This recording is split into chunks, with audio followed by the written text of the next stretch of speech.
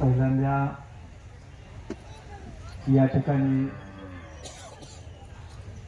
आयोजकांनी बोलण्याची जी संधी दिली त्याच्याबद्दल मी त्यांचे आभार मानतो, धन्यवाद देतो त्यांना।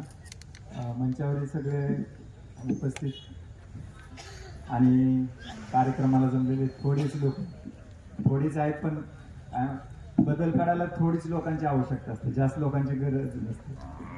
बघा, हे खूप सगळ्यांसाठी आपण एका गोष्टीसाठी आपण इथं आलो आहोत की ते म्हणजे माणसाचं आरोग्य चांगलं राहावं, हाच सगळ्यांचा उद्देश आहे।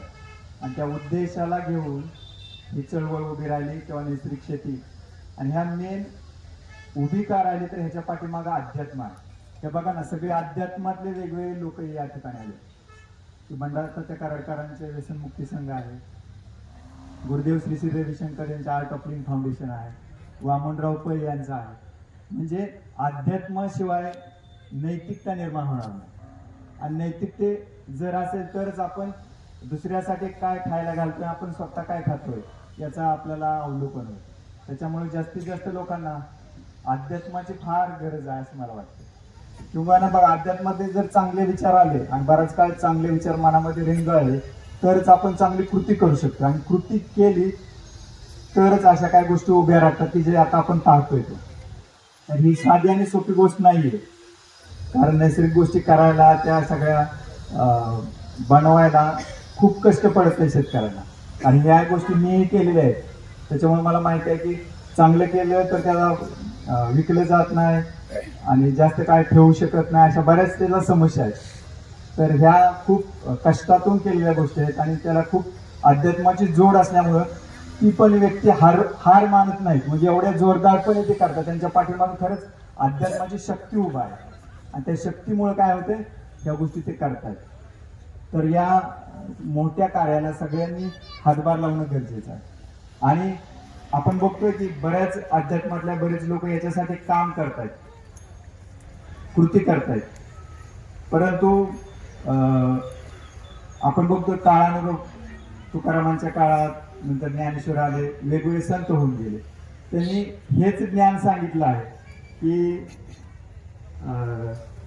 झाडे लावा, झाडे जगवा, ह्याच गोष्टी आपण की ज्या साधू संतांनी सांगितल्या गोष्टी त्या गोष्टी आता कृतीशील करण्याची गरज आहे। तर त्या कृतीशील करण्याच्या पाठीमागे जर क्रिया केली तरच परिवर्तन होणार आहे। भाषण करून, सभा सांगून, लोकांना सांगून फारसं परिवर्तन होणार नाही। तर मी बऱ्याचशा अध्यात्मातल्या गोष्टी बघितल्या, त्याच्यातून मला जास्त आवडलेली गोष्ट म्हणजे श्री श्री रविशंकरजी यांनी केलेल्या कृतीतून अनुभव घेणं, ह्या गोष्टी खूप जबरदस्त आहेत। की तुम्ही खावावर मुस्करावं, म्हणजे एखादा पदार्थ खायचा आणि तुम्ही लगेच सांगायचा। तर आता आरोग्याची परिस्थिती खूप गंभीर झालेली आहे, आपलं स्वतःचं आरोग्य काय, जमिनीचं आरोग्य काय, निसर्गाचं आरोग्य काय, सगळंच खराब होत चाललंय। तर आपलं आरोग्य, मानसिक आरोग्य नीट राहिलं, आपलं मन जर मजबूत असेल तर सगळ्या गोष्टी करू शकतो। त्याचं उदाहरण आपल्या समोर आहे की मन मजबूत आहे की हात नसताना पायाने परीक्षा लिहून MPSC पास झालेली व्यक्ती, म्हणजे काहीच नाही बघा। तुमचं जर मन मजबूत असू शकतं तर तुम्हाला कोणी रोखू शकत नाही।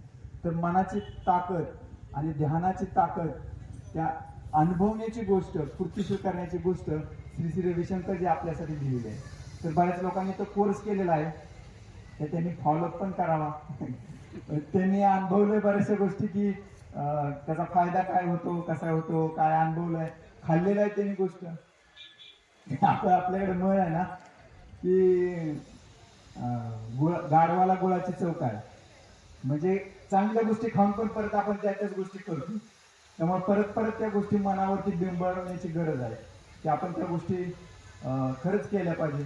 ज्यांनी कोर्स केला नाही त्यांनी परत एकदा कोर्स केला, बरेच जण कोर्स केलेले आहेत पण फॉलोअपला येत नाहीत मला दिसतंय। तर जे आयोजन बघा, आयोजन करायला खूप हिंमत लागते, खूप म्हणजे आतून खूप शक्ती लागते। तर राहुल भैया, सुजित महाराज, अमोल आहेत, बरेचसे लोकांनी YLTP कोर्स केला, त्यामुळे आतून त्यांना ते ताकद आहे, त्यांचं युटिलायझेशन करतात, त्यांची जी क्षमता आहे ताकदीची। तर तुम्ही ज्यांनी कोर्स केला त्यांनी कोर्स केला नाही त्यांनी कोर्स करा, ज्यांनी कोर्स केला नंतर फॉलोअप करा, आणि हा 100% तुम्हाला फायदा झाल्याशिवाय राहणार नाही। तर बऱ्याच लोकांना अजून बोलायचं आहे. मला बोलण्याची संधी दिली त्याबद्दल धन्यवाद. या ठिकाणी आणतो. जय हिंद.